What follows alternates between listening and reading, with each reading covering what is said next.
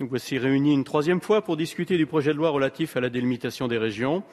Les sénateurs et députés présents en commission mixte paritaire n'ont pu se mettre d'accord, hélas. Pourtant, notre Assemblée aurait eu avantage, certainement, à écouter un peu plus le Sénat, au moins sur certains points. En effet, s'agissant de la délimitation des régions prévue à l'article 1, le Sénat était revenu en deuxième lecture sur les choix faits par l'Assemblée nationale concernant notamment l'Alsace, en la laissant seule, comme le désire la majorité de ses habitants et de ses élus. Nous ne regretterons jamais assez la logique jacobine et son postulat de départ totalement erroné. C'est en faisant de grandes régions que l'on fait des régions puissantes, qui a conduit finalement à la genèse de cette carte.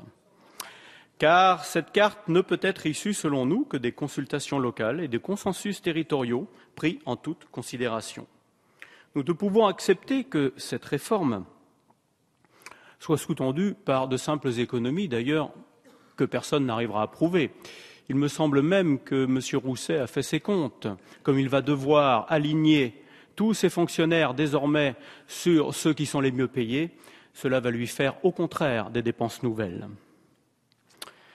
Tout en étant hostile à cette fusion de bloc par bloc, nous avions proposé d'avancer sur la question en permettant un ajustement démocratique de cette carte faite dans les salons parisiens. Cet ajustement devait être rendu possible par un véritable droit d'option, garant d'une certaine souplesse. Et c'est le deuxième point sur lequel il aurait fallu écouter le Sénat, même s'il n'allait pas aussi loin, sans doute, que nous le souhaiterions, nous. En effet, le Sénat avait également fait évoluer le texte sur les conditions d'exercice du droit d'option des départements, en le rendant plus souple, avec un droit de veto pour la région d'origine, mais au 3/5 négatif. Les modifications apportées en deuxième lecture par notre Assemblée, malgré un désaccord sur tous les bancs, ont consacré un droit d'option totalement verrouillé, constituant aussi un point de divergence important entre les deux assemblées, puisqu'il s'agit d'un des derniers points sur lesquels il existe une faible lueur d'espoir d'évoluer. Je souhaite revenir ici plus longuement sur le droit d'option et notamment sur l'imposition d'un droit de veto de la région d'origine, qu'il soit des 3/5 ou pas. En effet, pour justifier cette contrainte imposée au droit d'option, il est utilisé notamment par notre rapporteur une analogie qui est éminemment discutable. Ainsi, il nous est expliqué que pour une communauté d'agglomération ou une communauté de communes, il faut d'abord l'accord du conseil municipal concerné, mais également l'accord à la majorité qualifiée des deux communautés de communes ou communautés d'agglomération représentant chaque fois soit 2/3 des communes ou la moitié de la population, soit la moitié des communes et les 2/3 de la population.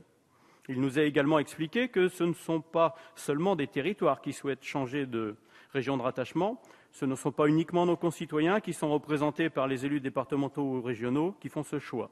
Ce sont aussi les collectivités constituées qui ont travaillé pendant plus de 30 ans, par exemple, après que l'État eut lui-même travaillé dans ses circonscriptions d'action régionale et qu'au-delà de ce travail et des agents concernés, cela met aussi en lumière l'existence d'un actif et d'un passif. Mes chers collègues, l'histoire des régions est pourtant tout autre que celle des communautés de communes. En effet, Étienne Clémentel, par un premier arrêté ministériel, institua des groupements économiques régionaux le 5 avril 1919.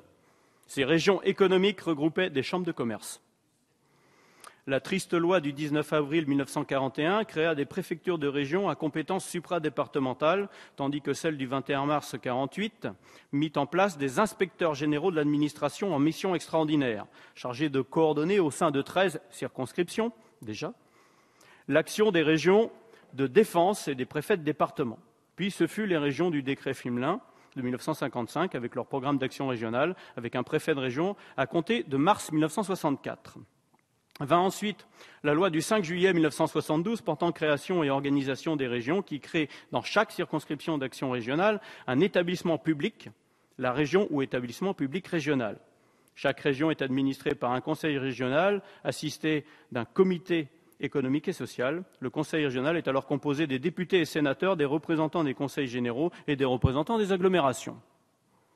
Puis vint un gouvernement de gauche, bien inspiré, il est vrai, les lois de décentralisation et la création des régions érigées en collectivités territoriales par la loi du 2 mars 1982, le passage de l'établissement public d'État à la collectivité.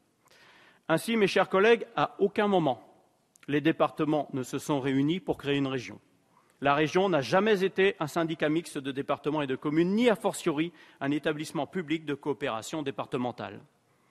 La construction de l'intercommunalité a bien été le regroupement sur une base essentiellement volontaire des communes. Les communes se sont dessaisies partiellement ou totalement de certaines compétences, des moyens d'impôt, voire de personnel pour les confier à la nouvelle structure. Ces EPCI ont constitué un capital avec un actif et un passif. Il est légitime qu'en cas de divorce, il y ait consultation. Mais l'histoire du fait régional, comme je l'ai exposé, est tout autre. Les régions ne se sont pas construites par un volontariat départemental. Les conseils généraux ne se sont pas dessaisis des compétences pour les transférer aux régions, pas plus que n'ont été transférés les moyens et taxes des personnes ou les personnels. C'est l'État, quand on parlait encore de décentralisation, qui a transféré une partie de ses moyens et de ses compétences.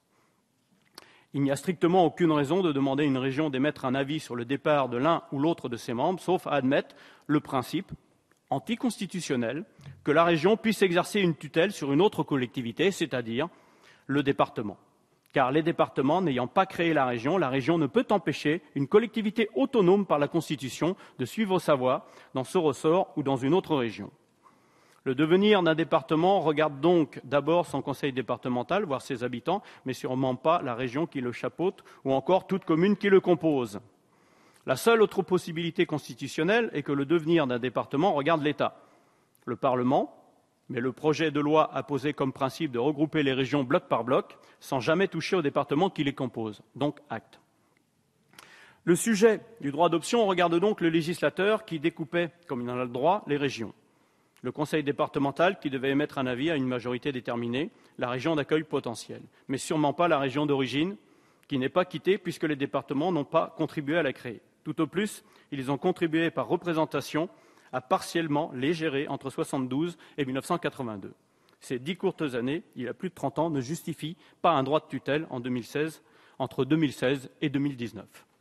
La proposition de demander à une région comme celle des Pays de Loire de laisser l'autorisation à un conseil général, par exemple celui de Loire-Atlantique, de choisir sa région d'appartenance, est donc une tutelle au strict sens constitutionnel. Elle n'est pas justifiée par une analogie douteuse avec les EPCI, car les départements n'ont jamais constitué la région, je l'ai déjà dit. Il serait tout aussi illogique de demander à toutes les communes de se prononcer quand on s'interroge sur quelle majorité, les 3/5 ou non, se focaliser sur un détail en omettant l'essentiel. Le sort des conseils régionaux regarde soit le conseil général et ses habitants, soit le législateur, pas une région tierce. Comme je le disais déjà en deuxième lecture, ce dispositif est un droit de veto. Faisait d'ailleurs dire en ces termes au célèbre constitutionnaliste Guy Carcassonne que la procédure en l'état était inapplicable. En gros, cela veut dire que quand madame a un amant et souhaite partir avec lui, il faut que monsieur soit d'accord. C'est quand même assez étrange, concluait-il.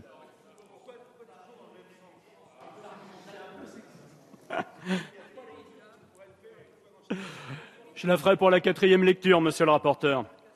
Comme le législateur était en train de préparer un verrouillage, on verra d'ailleurs si le Conseil constitutionnel est saisi, la population a décidé de prendre les choses en main en Loire-Atlantique.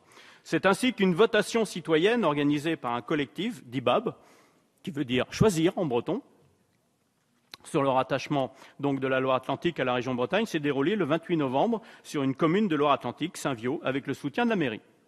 Cette commune de près de 1700 inscrits sur les listes électorales avait eu un taux de participation de 20%.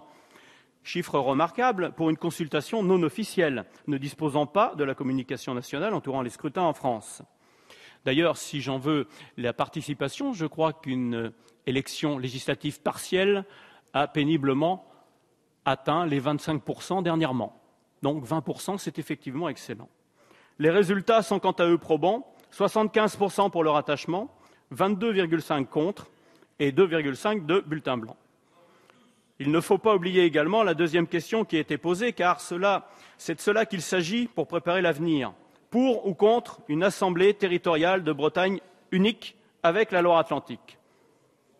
80% des personnes ayant répondu oui à la première question ont répondu oui à cette innovation territoriale portée par de nombreux acteurs de Bretagne qui auraient dû voir le jour en Alsace.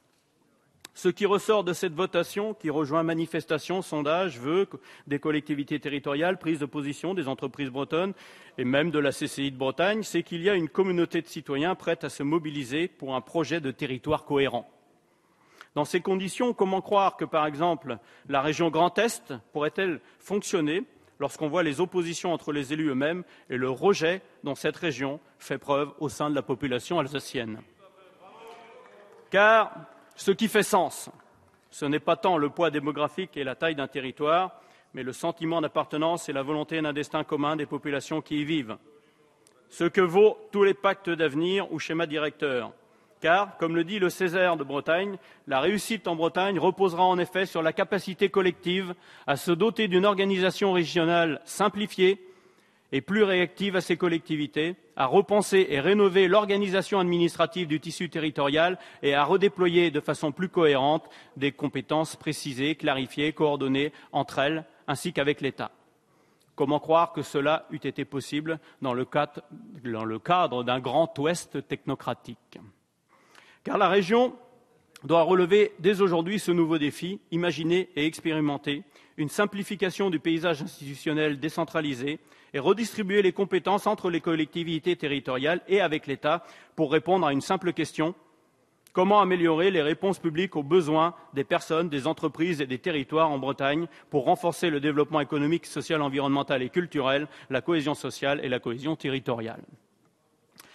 Et dans l'ombre d'un doute, une région Bretagne à 5 départements serait une région cohérente, puissante, connue, reconnue, évidemment démocratique, je ne le concevrais pas autrement, et légitime de ses réseaux, de sa culture, de son histoire, de sa volonté de travailler ensemble. Voici ici exposée, mes chers collègues, la différence qui, selon nous, anime un projet de loi d'essence profondément jacobin, voulant tracer des régions désincarnées au mépris des territoires et des populations, et une réforme qui laissait vivre l'innovation démocratique pour une meilleure efficience de l'action publique.